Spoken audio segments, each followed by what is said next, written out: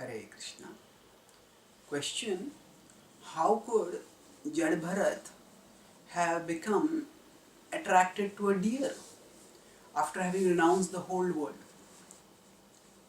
It seems almost absurd that one can become attached to something so trivial. Answer: the Bharat Maharaj pastime actually illustrates how insidiously, how subtly attachment can creep in. And how can such a thing happen? That is because as souls we always have free will, and the free will needs to be used properly, consistently. So Bharat Maharaj was certainly a greatly renounced person. He renounced the whole world, he renounced the kingdom, and he had come to a very advanced level of devotion where he was shedding tears of ecstasy. The Bhagavatam often uses extreme examples to drive home certain lessons.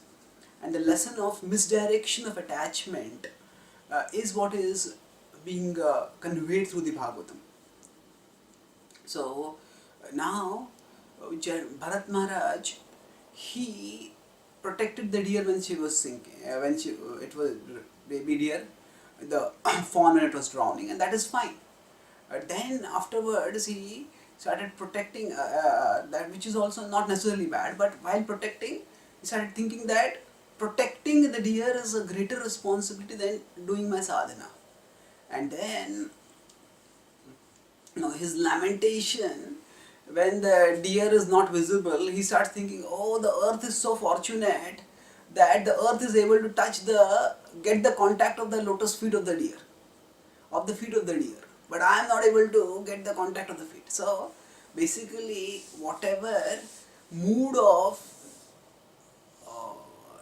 devotion he had for the Lord, that got misdirected towards the deer. So the whole pastime illustrates this, how we need to consistently choose the right thing in our life. Now the Acharyas also explained that this particular circumstance came upon Bharat Maharaj, because of his past life karma. By our past life karma, certain temptations may come in our life. Now, past life karma doesn't force us to indulge in those temptations, but it may, because of the past life karma, we may come across certain temptations at times when we are very vulnerable. And then it may be very difficult for us to resist those temptations. That's why we need devotional safeguards. So the Acharyas explain that if Bharat Maharaj at that, when after he renounced the world, if he had the association of devotees, then somebody or the other would have warned him that, hey, you're getting distracted, you're spending too much time on this deer.